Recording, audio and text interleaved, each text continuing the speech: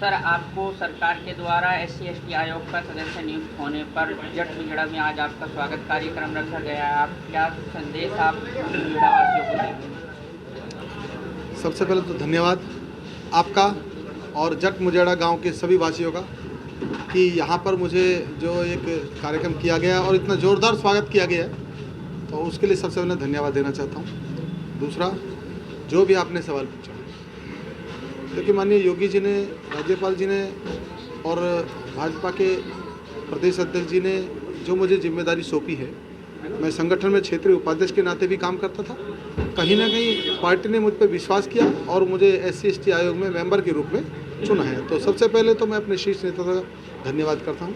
दूसरा, जो उनका दिशा निर्देश है, उनका सीधा सीधा निर्देश है कि जो SC वर्ग से जुड़ी समस्याएँ हैं, ऐसी सभी समस्याओं के लिए आप लोग बिल्कुल पूरी मेहनत के साथ काम करें, चाहे वो वृद्धा पेंशन हो, चाहे वो महिलाओं के लिए विधवा पेंशन हो, छात्रवृत्ति की समस्याएं हों, या इसके अलावा यदि कहीं SC वर्ग के ऊपर कहीं भी किसी तरह का कोई उत्पीड़न होता है तो आप बिल्कुल निष्पक्ष उसमें कार्रवाई करें। और ये ही हम करने के लिए आए हैं यहाँ पे, इसलिए बताया भी गया। तो ये हमारा काम रहेगा। सर, कहीं ना कहीं भारत हिंदुस्तान को हिंदू राष्ट्र घोषित करने की मांग उठ रही है लगातार, और फिर भी जातियों में कहीं ना कहीं ऊंच नीच के महापुरुषों की जो बात होती है ना, हर एक वर्ग का आदमी एक दूसरे के महापुरुषों को बदनाम करने में लगा हुआ है। ऐसा क्यों है? देखिए, पहली बात तो यह है, ये कुछ लोग सीधे सच्चे भले लोगों को बहकाने का काम करते हैं और ये महापुरुषों के नाम से जो अपनी राजनीति की रोटी सेकने का काम करते हैं। देखिए, महापुरुष जो होता है ना, महापुरुष ये इस धरा की धरोहर होते हैं। वो किसी जाति के नहीं होते, वो किसी समाज के नहीं होते।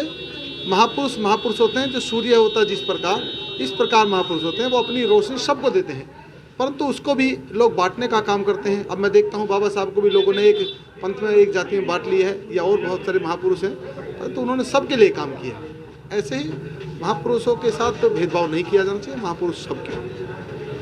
सर, हमारे आप जनपद मुजफ्फरनगर से जुड़े हैं और मेरठ नज़दीक का जिला है।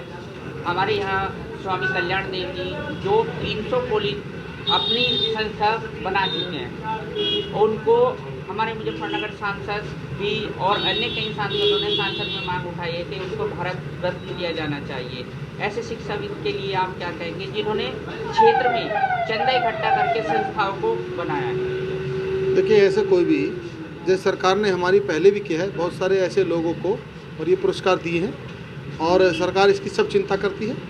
और समय आएगा और ऐसे सब जितने भी सेवा करने वाले लोग हैं, समाज की चिंता करने वाले, शिक्षा को बढ़ाने वाले लोग हैं, इन सब के बारे में हमारी सरकार चिंता करती है निरंतर। हम कहें ना कहें, हमारी सरकार उससे पहले ये सब चीज़ योजना बना के रखेगी और ऐसे लोगों को मान सम्मान हमेशा मिलता रहा है और मिलता रहेगा हमारी सरकार।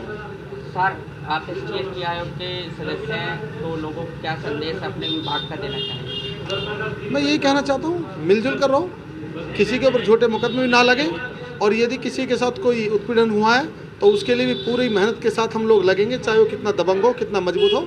और योगी शर्मा का सरकार में सबको जो है सम्मान मिलेगा, सबको न्याय मिलेगा, क्योंकि ये कानून का राज है, ये संविधान का राज है, और इसलिए संविधान के हिसाब से सब कुछ चलने वाला यहाँ पर है। और जिस तरह योगी जी करते हैं ऐसे ही होता रहेगा।